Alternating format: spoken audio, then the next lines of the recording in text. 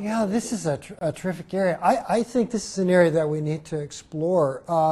So one area of transition, and I actually experienced it as a college teacher with college athletes who were leaving the sport. In fact, a young man came to me who was leaving the sport of swimming, and he said, "What can I read? Because this is behind me now." But I still identify as a swimmer. And I have a young woman who was a skater and skated all the time in high school.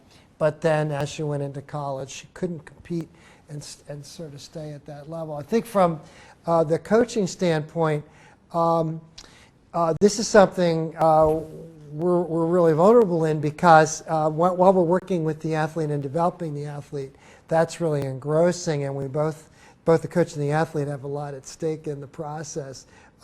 Once the athlete begins to withdraw or doesn't compete at the same level, often the coach will not provide the psychological support to help the athlete who I believe still identifies as that skater, but has to hold that identity in a different way because that person's taking on other things. So this would be an area where we could be really supportive as coaches and talk about it, maybe talk about our own experience transitioning from performing and competing to coaching and what that was like for us, and to try to help the athlete. And maybe this is a time when we might get athletes to think about giving back to the sport through coaching. One other aspect of where I think coaches tend to withdraw from athletes is often around an injury.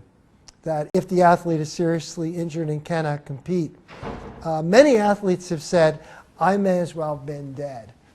The coach could have cared less because I don't seem to have any value while I'm injured because I can't perform.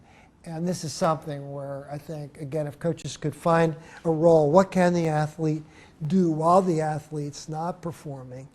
Are there contributions the athlete can make?